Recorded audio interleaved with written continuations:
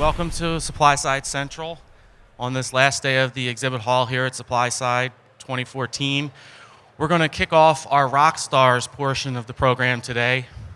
And the first session will be on best compliance practices and product development strategies. With us is Jim Lassiter, who is founder and chief operating officer of Ingredient Identity. Let's welcome Jim to the stage. Thanks, Steve. All right, good morning, everybody. How y'all doing today? This is, as you can see, the Rockstars presentation. In case it's not obvious, I would be the Jurassic Rock portion of the program. Let me just start off by asking y'all a question. How many of you out here are consider yourselves to be risk takers? You know, skydivers, skydiving without parachutes, bungee jumping, any of that stuff? Not too many. All right, well, how many of you consider yourselves to be risk averse?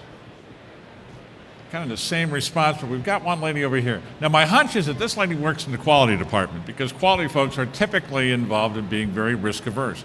The point is that all risk and risk assessments are personal items. Inside of you, you have your own definition of what risk is. You know what risk is supposed to be about. You know where your comfort level is concerning risk. Same thing is true of your company. Your company overall has a perspective on risk.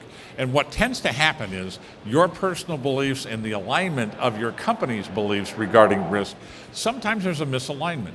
It's important to understand that and understand the dynamic of that going forward.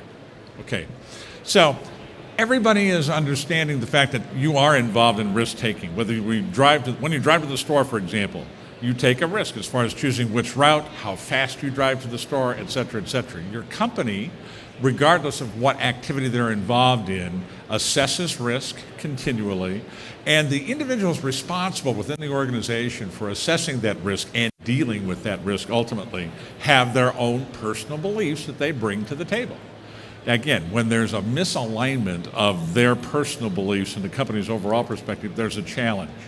Now, we're going to talk a little bit about best compliance practices, and I'm just going to sum it up for you in a few simple bullet points.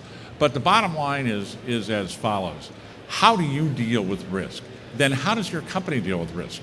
There are a variety of responses to issues that come up, and particularly in situations where your risk reward has turned out not to be a reward, but it results in some sort of regulatory activity of an unfortunate nature.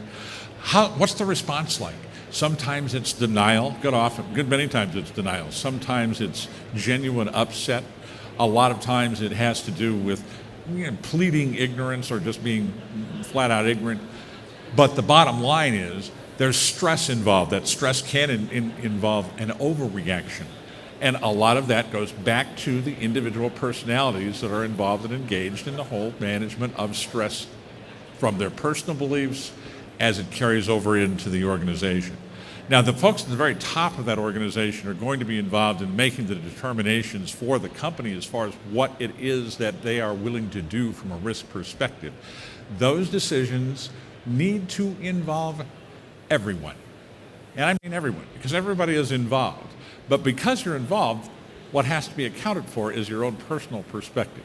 Now, as we look at the overall aspects of risk aversion, risk taking, those things can involve ingredient selection, claims, what sorts of promotional perspectives you want to put to your product, what you can say, what you want to say, what you will say concerning your product, also what's in it, how you evaluate that product. All of those things are a part of your risk assessment strategy within your company. Again, the individuals involved are the folks that are going to be making those decisions. Their influences are going to emanate from their own personal beliefs, and the company in turn needs to recognize the importance of those individual beliefs and ensure that there's a mesh between what they're trying to put forward from their own perspective versus what the company wants to do. All right, now if we look at risk assessment and risk aversion and best compliance practices, let me give you a couple of points that I want you all to kind of remember as far as what best compliance practices are all about.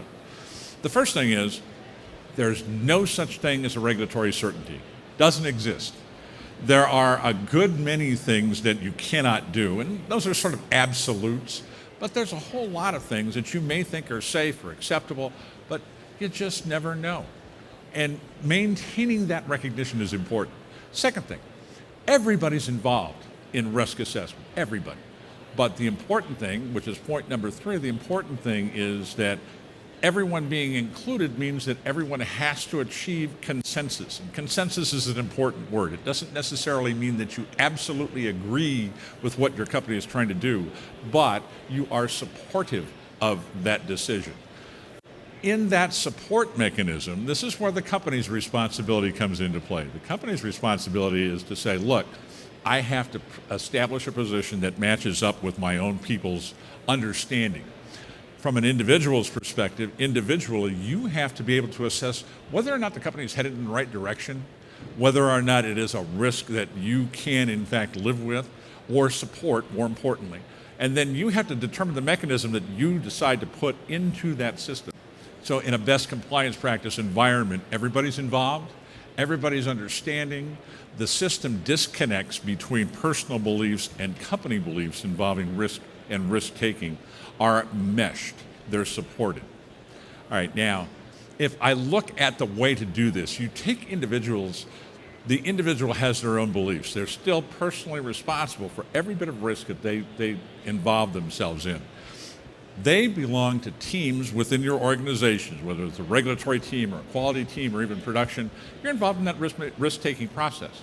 So if you take their input as a team, as part of the organization, and listen and learn from those applications, their personal perspectives, you end up with a complete integrated system that involves compliance to the level and degree that you wish. How do you achieve that? How do you make success stories out of it? Pretty easy. Let's start with label claims. Easy enough. We've got a whole series of label claims we want to view. You don't like them, you may like them. Let's figure out what we can do to get them to the acceptable level of risk. Again, no such thing as a regulatory certainty. Let's make sure that those claims are aligned. Same thing with specifications. Now I'm going to go to the other end of the spectrum real quick. The other end of the spectrum is maybe I've got specifications in place that were put in place by an individual who is amazingly risk averse. What happens is you may not necessarily have to have that particular specification in place. It's zero risk. But understanding that, making that assessment and putting in place meaningful specs, meaningful documentation saves time, saves money, doesn't pose massive regulatory risk. So that team input moves forward. Fourth thing that I want you to remember is that because all of you are involved, all of you are participants, and all of you have ownership of it. With that ownership comes a recognition by the company and a recognition by yourself. The last thing, and most importantly, is these particular risks are not set in stone. The best compliance practices are not set in stone. The risks involved are not set in stone.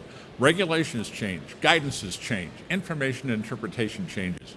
As it changes, your practices need to change.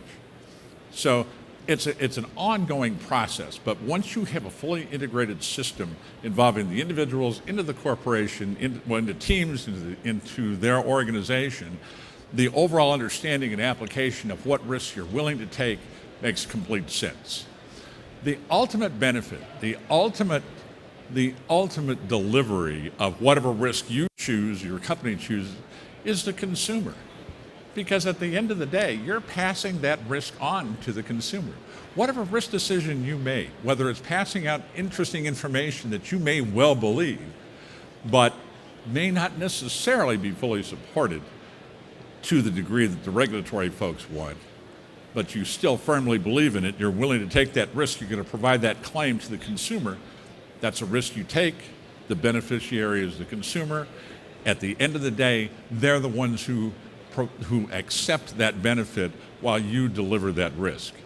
And last but not least, the fundamental issue out of best compliance practices is that you assign and implement an appropriate level of risk.